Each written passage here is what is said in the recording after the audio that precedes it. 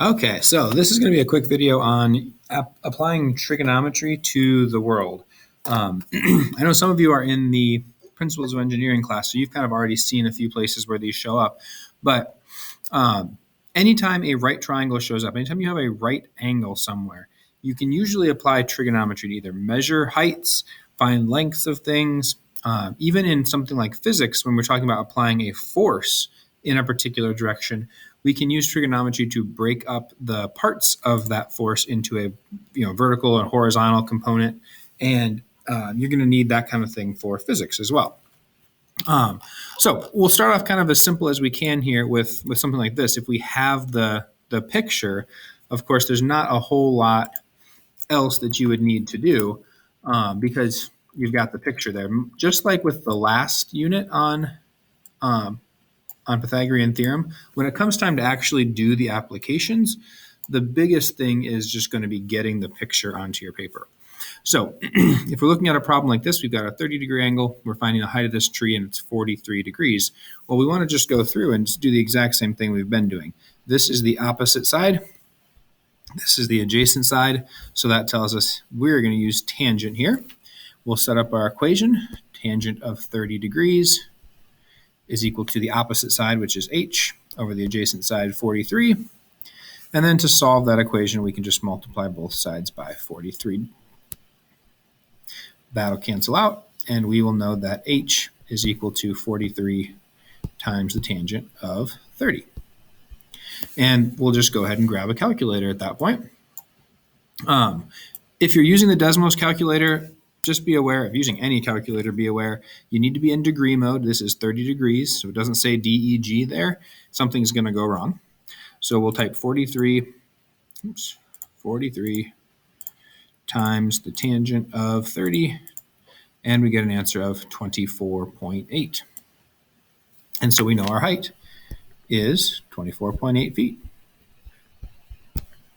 0.8.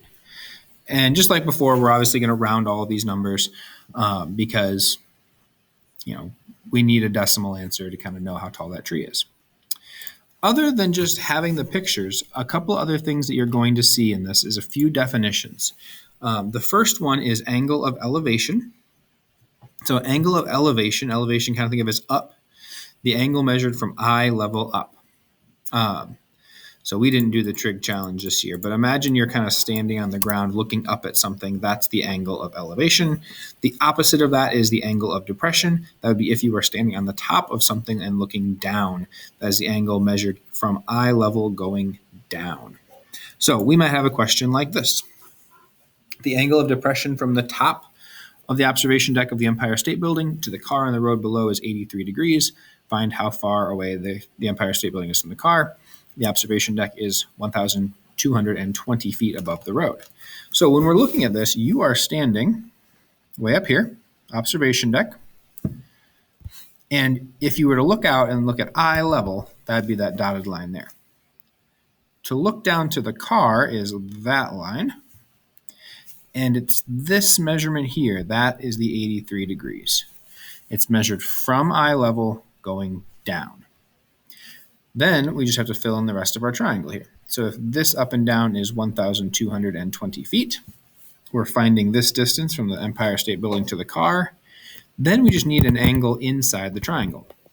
And we can do a couple of different things. The easiest one is to say, okay, if this angle is 83, then this angle also has to be 83. Those are alternate interior angles, so we can solve it that way. Then again, this is a tangent problem. We've got the opposite over here. We've got the adjacent here.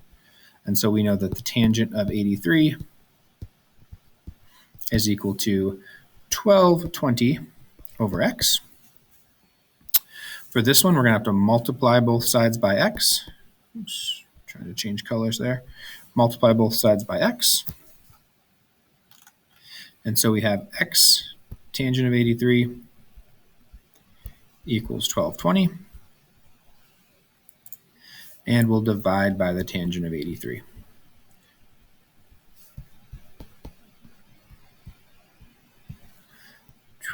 So we'll cross those out. This will be the part that goes into our calculator.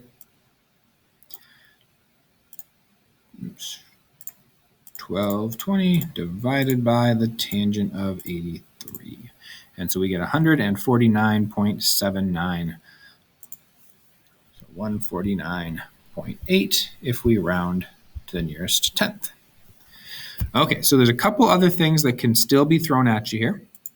The first one is, if we're dealing with smaller situations, the fact that our eyes are usually above the ground by some amount is usually pretty important.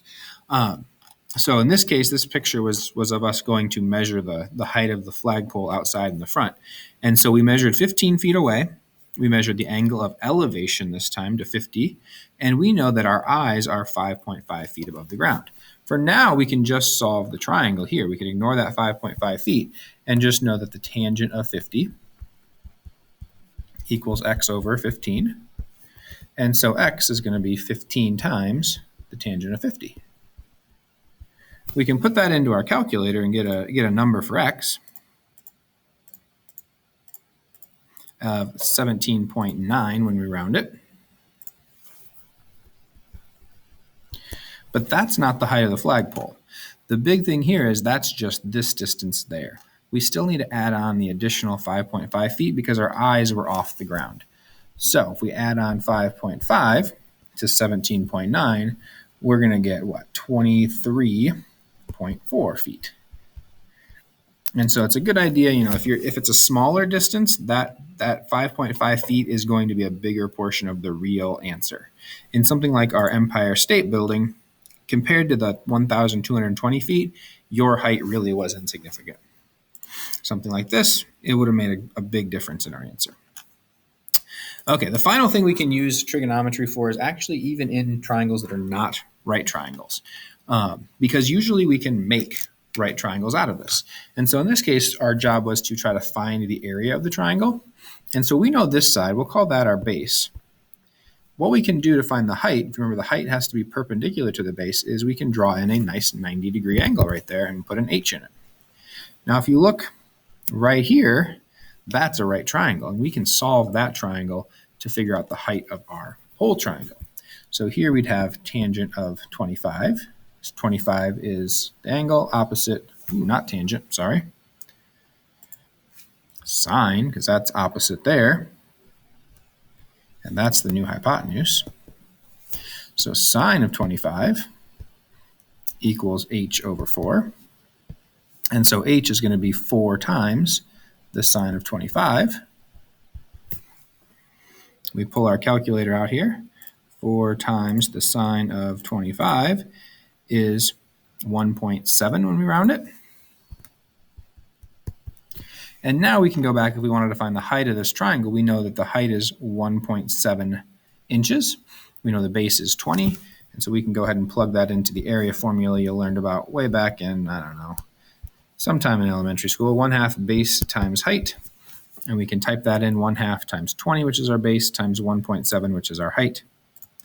So 0.5 times 20 times 1.7 is 17 square inches. So just another example of a way you can use trigonometry, not just to solve for missing sides and right triangles. So homework on this is going to be a worksheet. You've got to draw the pictures for the problems and then label what you know and what you're trying to find. I want to see a picture for every single one. I think there's only like 7 questions, so make sure you're drawing those pictures. That's the hardest part.